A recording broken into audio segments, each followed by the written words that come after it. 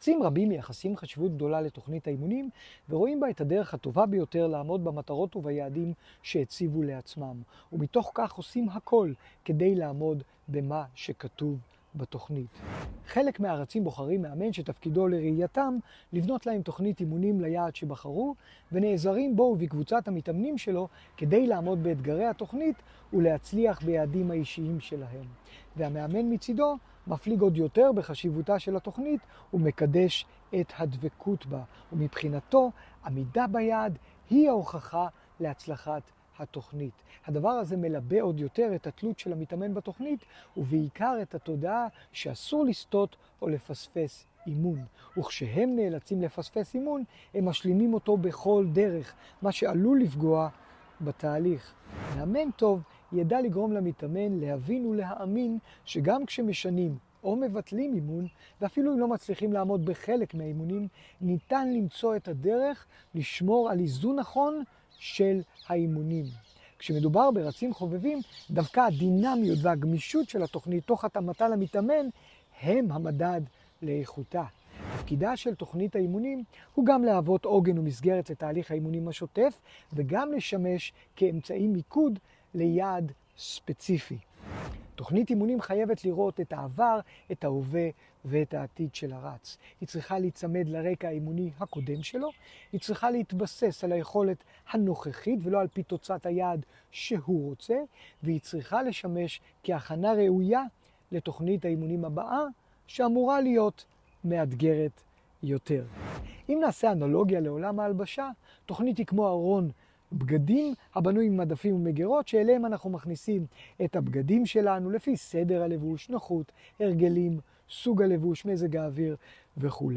הבגדים עצמם הם האימונים, והם אמורים להיות מסוגים שונים ולמטרות שונות. והם צריכים להיות מתאימים לנו, למבנה הגוף, למצב הרוח היומי, לאופי ולאירוע בו אנחנו בוחרים ללבוש אותם.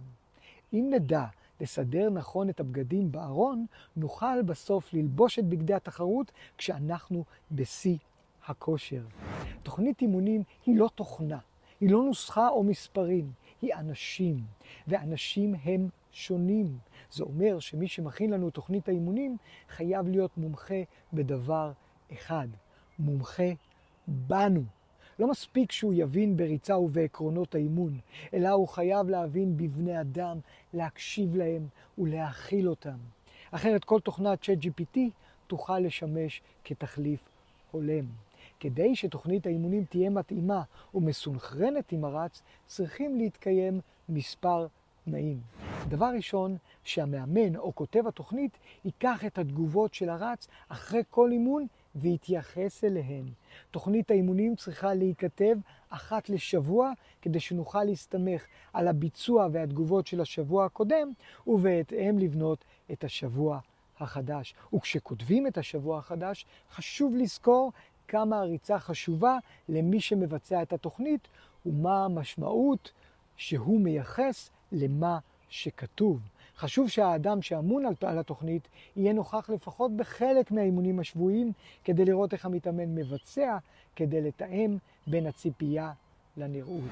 ודבר אחרון, תוכנית חייבת להגיב לשינוי מהותי שהרץ עובר תוך כדי התהליך, כמו ירידה ביכולת, עלייה במשקל, חוסר חשק וכאבים.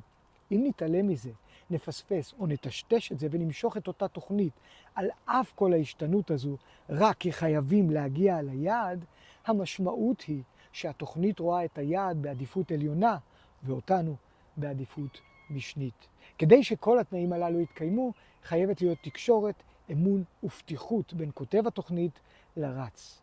אם נחשוב ונפעל כך, נוכל לחבר באופן מושלם בין הכללים הברורים של תורת האימון לבין הרץ החובב.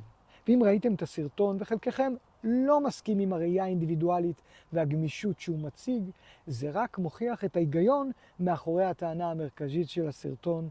אנחנו שונים, ולכן לא ייתכן שמתאים לכולנו אותו תהליך.